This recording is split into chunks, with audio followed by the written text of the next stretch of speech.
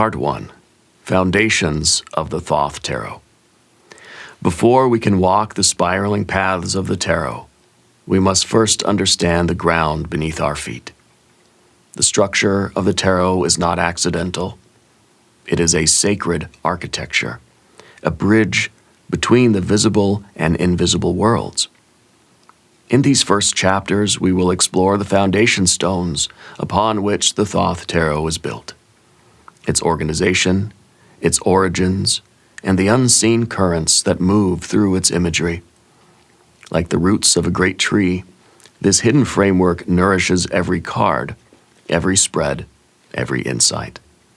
Understanding is not merely an intellectual exercise. It is the first step in awakening the full power of the deck within you. Chapter 1. The Structure of the Tarot. At first glance, a tarot deck may seem like a simple collection of 78 cards, each bearing a unique image. But beneath this diversity lies a profound and deliberate structure, a system that mirrors the forces of creation, consciousness, and evolution. The Thoth Tarot, like all traditional decks, is composed of three main divisions. The major arcana, 22 cards. Keys to archetypal forces, numbered 0 through 21, 0 the Fool, to 21 the Universe. The major arcana represents the grand movements of the soul, the deep, transpersonal archetypes that govern existence.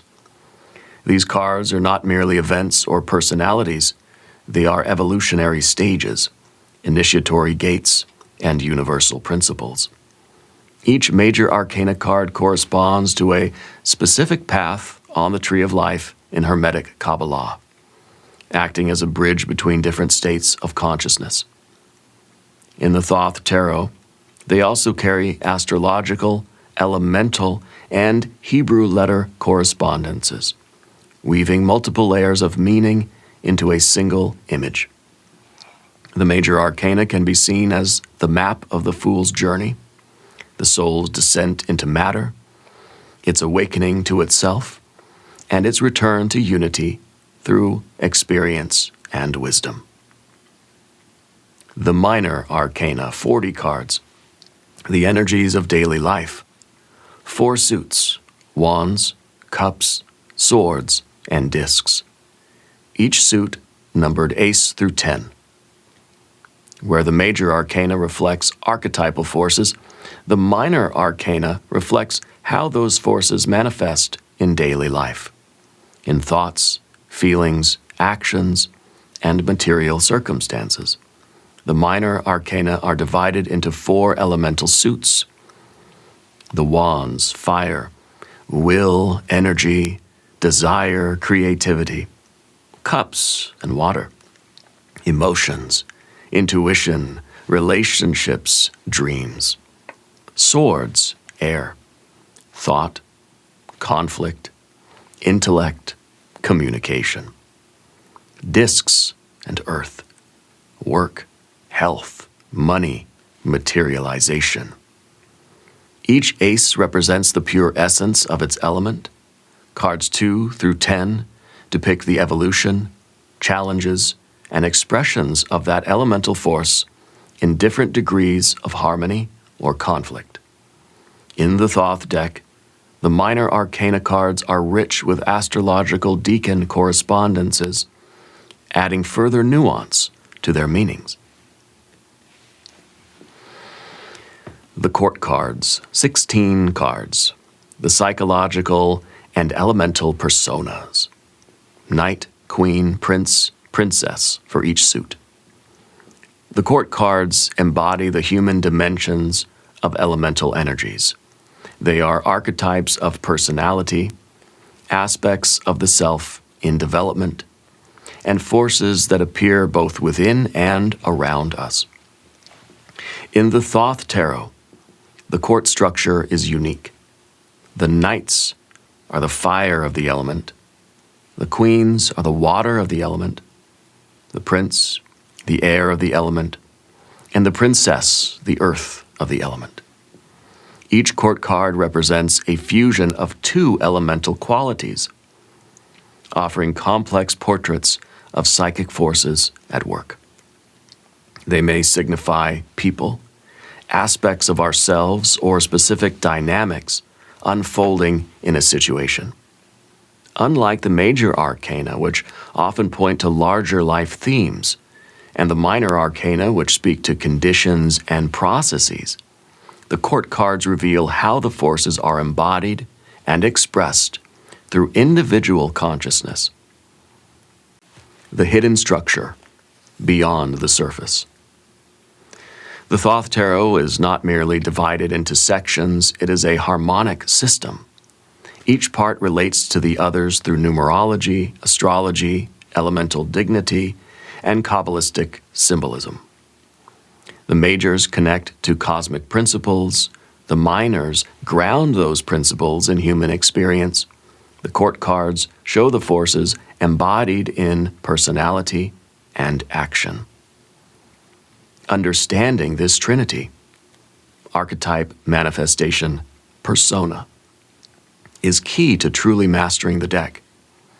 Every reading, every meditation, every magical act involving the tarot is an act of weaving these three realms together into a coherent whole. Why structure matters. Approaching the tarot without understanding its structure is like wandering through a cathedral blindfolded. You may feel the majesty, but you cannot see the design that creates the awe. When you understand the architecture, the symbols come alive. The tarot ceases to be a collection of isolated images and becomes a living organism, breathing with meaning and power. In the Thoth deck, nothing is accidental. Every color, number, symbol, and gesture participates in a grand symphony of spiritual knowledge. To know the structure is to begin hearing the music behind the images. In the chapters to follow, we will explore not only the historical birth of the Thoth deck, but also the great invisible forces that shape it. Kabbalah, astrology, alchemy, and the new Aeon philosophy of Thelema. Each layer adds depth, meaning, and transformative potential to the cards you hold in your hands. The journey has only just begun. Let us step deeper into the roots of the mystery. Chapter 2.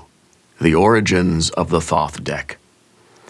The Thoth Tarot was not born merely to echo the past. It was designed as a bridge into the future. A deck intended to carry the wisdom of the ages into the dawning of a new eon. Its creation was an act of magical intention, artistic brilliance, and spiritual revolution. Understanding how the Thoth deck came into being is essential to understanding its power. It was forged during a time of war, secrecy, and radical change. A fitting mirror for the inner battles it was meant to illuminate. The Vision of Aleister Crowley. Aleister Crowley, 1875-1947, was a figure of myth even during his own lifetime, a poet, magician, mystic, mountaineer, scholar, and visionary. He had spent decades studying and mastering the Western esoteric traditions, particularly Hermetic Kabbalah, ceremonial magic, and the mystical streams that fed into the great currents of human spirituality. In 1904, Crowley received the Book of the Law, Liber Elve Legis, the central text of Thelema, declaring the birth of a new spiritual era, the Aeon of Horus. In this new Aeon, the guiding principle would be the sovereignty of the true will, the divine, unique purpose within each soul. Crowley understood that the tools of initiation and spiritual evolution needed to be remade to suit the consciousness of this new era. The traditional tarot, as preserved through earlier decks like the Mercier and Rider-Waite-Smith, reflected the mystical worldviews of past eons. Crowley envisioned a tarot that would carry forward the keys of the old wisdom, but unlock them for the new spiritual paradigm. Thus, the Thoth Tarot project was born, not simply as an update, but as an alchemical transformation. The partnership with Lady Frida Harris. Crowley, by 1937, sought to realize his vision of a new eon tarot deck, but lacked the artistic ability to manifest it visually. Enter Lady Frida Harris, 1877 to 1962, an artist, an initiate of the Esoteric Order of the Golden Dawn traditions. Though she initially approached the project with hesitation, Harris soon found herself captivated by the magnitude and symbolism of the work. Over 5 years, from 1938 to 1943, Harris produced hundreds of paintings, studying deeply under Crowley's instruction. What she created was not mere illustration, it was invocation. She translated Crowley's dense esoteric instructions into visual masterpieces that vibrated with astral energy. Often, Harris would intuitively revise or reimagine Crowley's ideas, and her insights proved so profound that Crowley deferred to her artistic judgment many times. The collaboration was not always smooth. Crowley's demands were extensive, and Harris labored under intense pressure. But the result was one of the most spiritually charged works of art ever created. Together, they wove the Thoth Tarot as a living tapestry of myth, magic, and mystery. The Book of Thoth. Alongside the deck, Crowley wrote the Book of Thoth, his masterwork of tarot scholarship and esoteric philosophy. First published in 1944, the book is both a commentary and a revelation, a text rich with Kabbalistic correspondences, astrological insights, alchemical references, and the deeper metaphysical meanings encoded in each card. The Book of Thoth is not an easy work. It is riddled with layers of symbolism, veiled references, and riddles that require patience, study, and intuition to unravel. Yet it stands as one of the greatest treatises on the tarot ever written, an initiatory text as much as an instructional one. In its pages, Crowley laid bare the spiritual architecture of the deck, offering readers both the key and the challenge to unlock its deeper mysteries. This companion draws from the Book of Thoth extensively, but with the intention of making its wisdom more accessible for modern seekers while remaining faithful to its spirit. The long delay. Though Crowley and Harris completed the deck's designs by the early 1940s, the deck was not published during Crowley's lifetime. World War II, printing limitations, and financial constraints delayed its release. It was not until 1969, more than 2 decades after Crowley's death, that the Thoth deck was finally printed and made available to the public. Even then, the first editions were incomplete, based on black and white photographs or partial reproductions. Only later were high-quality, full-color editions produced that faithfully captured Harris's original vision. Thus, the Thoth Tarot entered the world not with a roar, but with a whisper, a quiet doorway waiting for the right souls to find it.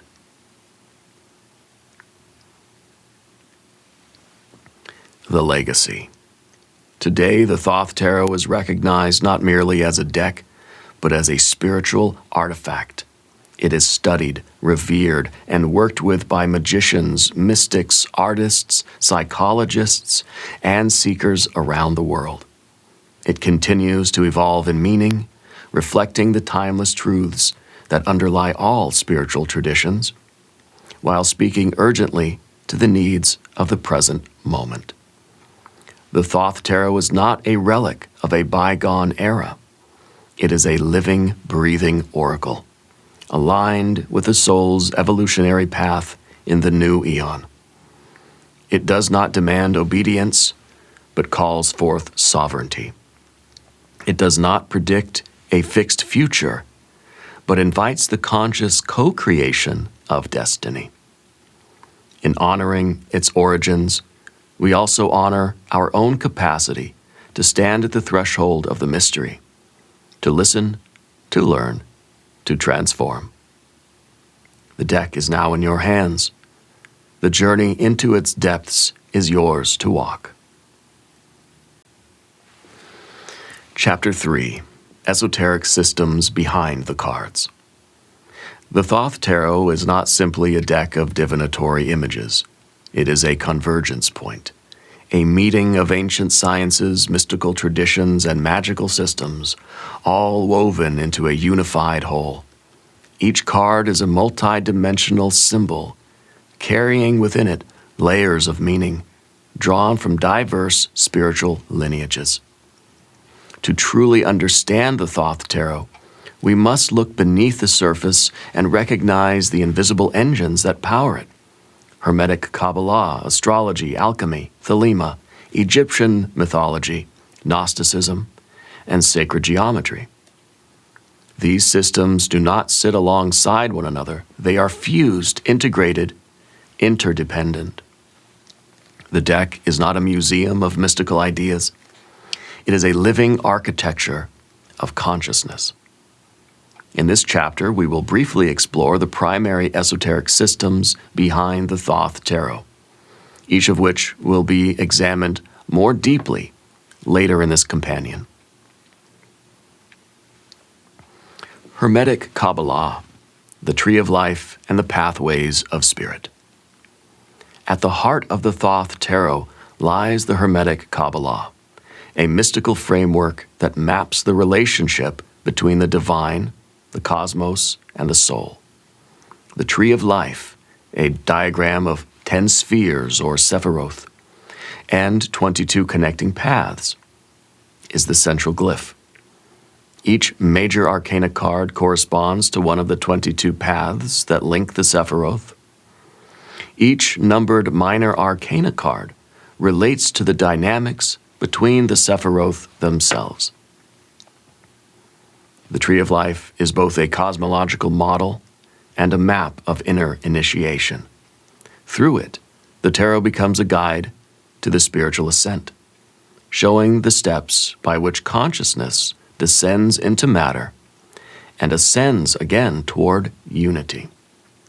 In the Thoth deck, Kabbalistic correspondences are meticulously preserved and elaborated, making each card a node in the great web of creation.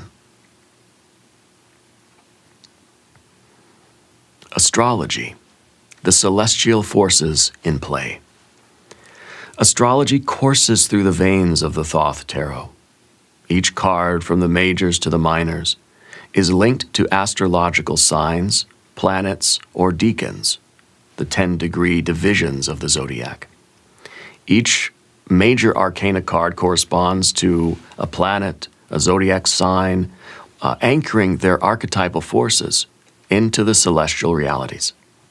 Minor arcana cards, especially the 2 through 10, are associated with specific decans, blending elemental, planetary, and zodiacal energies into nuanced expressions. For example, the 2 of Wands, Dominion, corresponds to Mars in Aries, a fiery surge of assertive will. The 10 of Swords, Ruin, aligns with the Sun in Gemini, a bright mind turned against itself.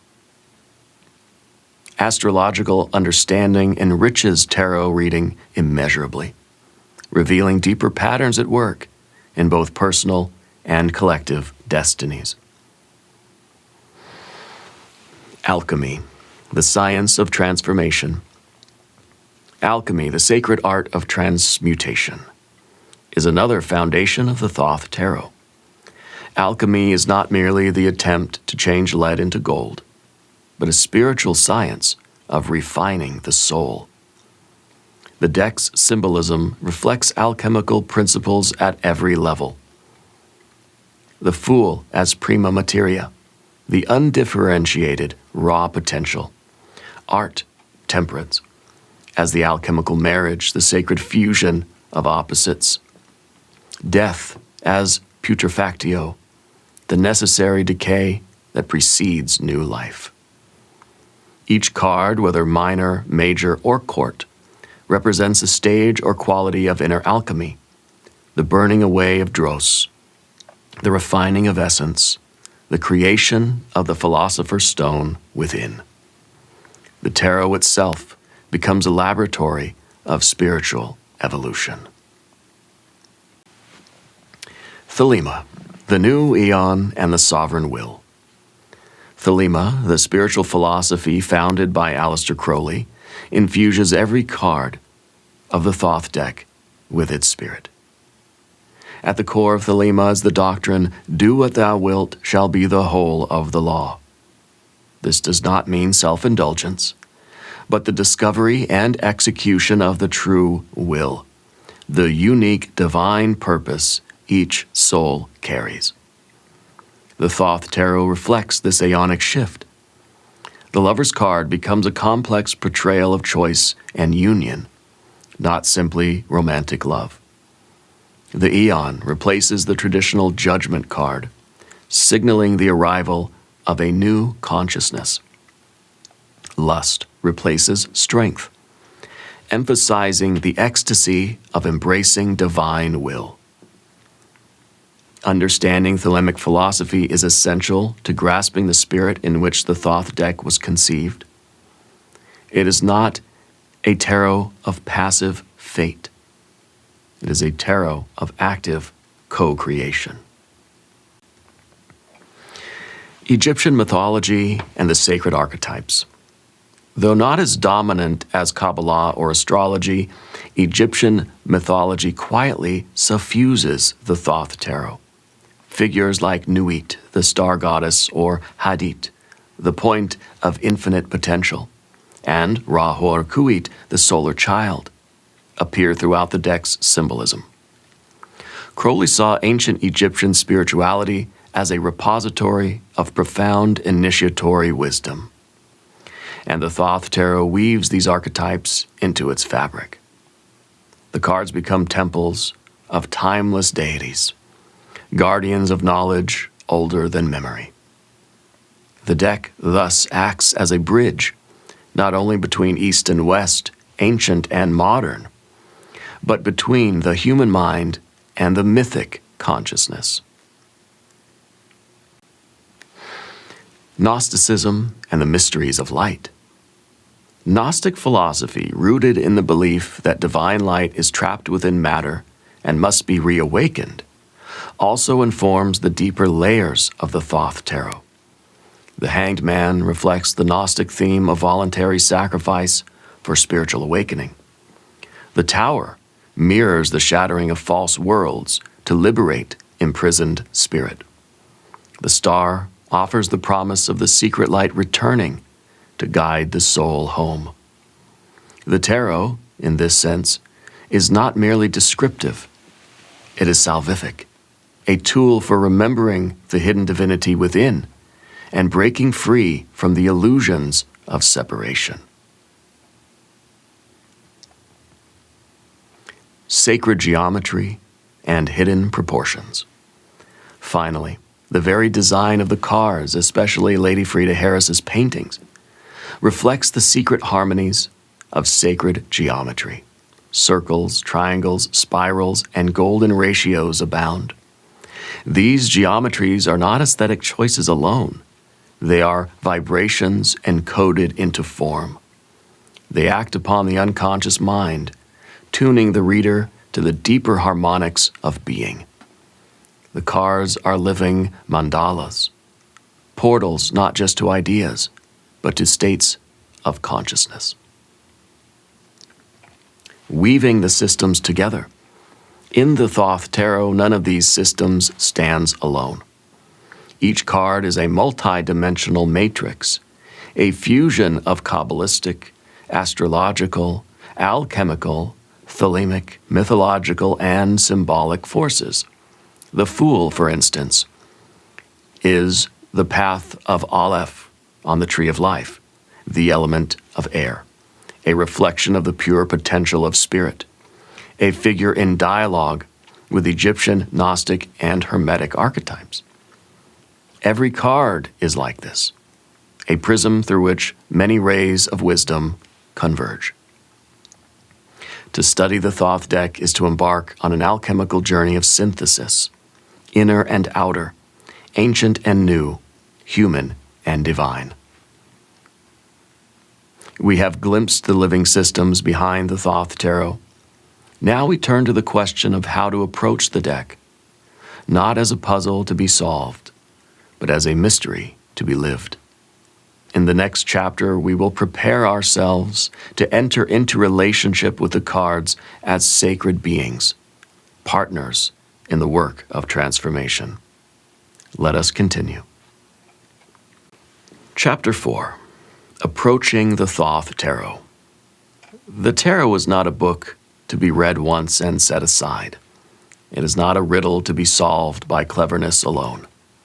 It is a living current of energy, a mirror of the soul, a companion on the path.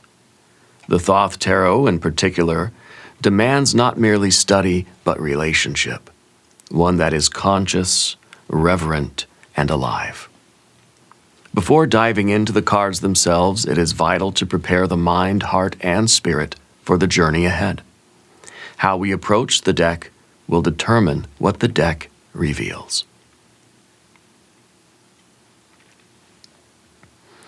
Tarot as a living being. The Thoth deck is often referred to by practitioners not as a set of images, but as a being, a consciousness woven from symbol, number, color, geometry, and archetypal forces. When you shuffle the cards, you are stirring a pool of living energies. When you lay them out, you are opening portals through which higher dimensions can speak. When you meditate upon a card, you are entering into direct conversation with an aspect of the universal mind. Approaching the deck with this awareness awakens a deeper level of connection. The tarot does not merely answer questions.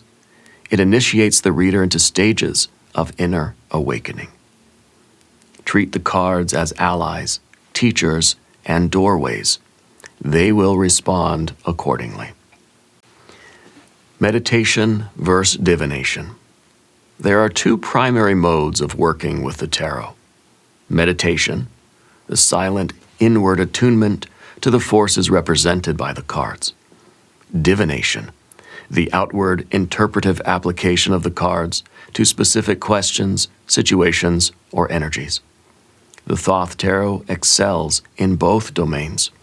It is a mirror and a map, a well and a compass. Meditation involves entering the card's landscape with your imagination, allowing symbols, feelings, and insights to arise organically. This deepens personal integration of the archetypes and fosters profound inner transformation. Divination involves interpreting the cards within spreads, applying their energies to understand patterns in your life or in the lives of others.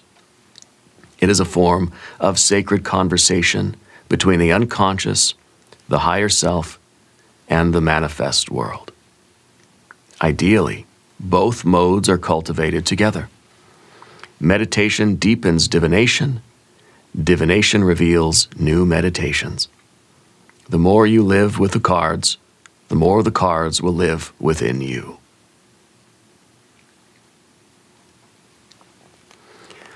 Cultivating reverence and playfulness.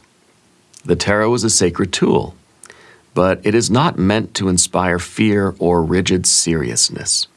Approach it with reverence, respect for its depth, its power, and its lineage, but also with playfulness, a willingness to experiment, to make mistakes, to laugh, to wonder. The best readings often come from a state of open-hearted curiosity, not strained effort. The Thoth deck rewards those who bring sincerity without solemnity. It honors those who honor the mystery, but are not crushed by its grandeur. Think of the tarot as a dance between the dove and the serpent. The dove brings joy, inspiration, and upliftment. The serpent brings wisdom, gravity, and depth. Both are needed. Both must be alive in your practice.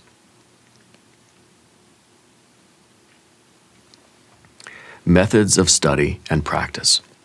There is no single correct way to work with the Thoth Tarot, but certain practices have proven helpful to students across traditions. Suggested practices. The daily draw. Pull a single card each morning. Meditate on its meaning. Watch how its force moves through your day. Pathworking. Meditate upon entering the landscape of a major arcana card. Let its symbols speak directly to your soul. Study cycles. Focus on one suit, one court family, or one major arcana card for a week or a moon cycle. Let layers of meaning unfold over time. Magical ritual. Incorporate the cards into ceremonial work, aligning their forces with astrological timings, elemental invocations, or personal intentions. Creative engagement. Write, paint, or journal inspired by the cards. Engage imagination as a sacred ally in deepening your connection. Whatever method you choose, consistency and intention are the keys. The more you engage with the cards, the more they will reveal.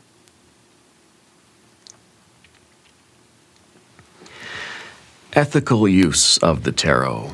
The tarot is powerful because it touches the roots of being. With that power comes responsibility. Guidelines for ethical practice. Consent. Read for others only when invited or permitted. Integrity. Speak the truth of the cards without distortion, fear-mongering, or manipulation. Compassion. Remember that every reading touches real lives, real hearts, and real dreams. Humility. Acknowledge the limits of your understanding. Allow space for mystery, uncertainty, and divine unfolding. Approach each reading as a sacred encounter, not a performance, not a prediction, but a moment of shared presence in the mystery. The cards do not exist to replace your free will, nor to enslave others' choices. They exist to awaken freedom through clarity.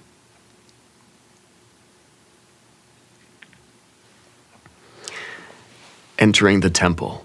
When you work with the Thoth Tarot, you are entering a temple of symbols, an inner sanctum where the divine speaks through color, form, and archetype.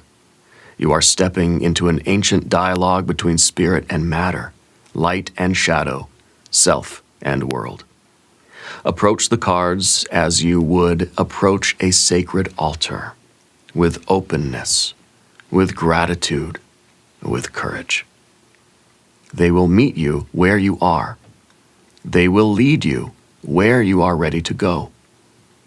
The journey into the cards is the journey into yourself. It is time to begin.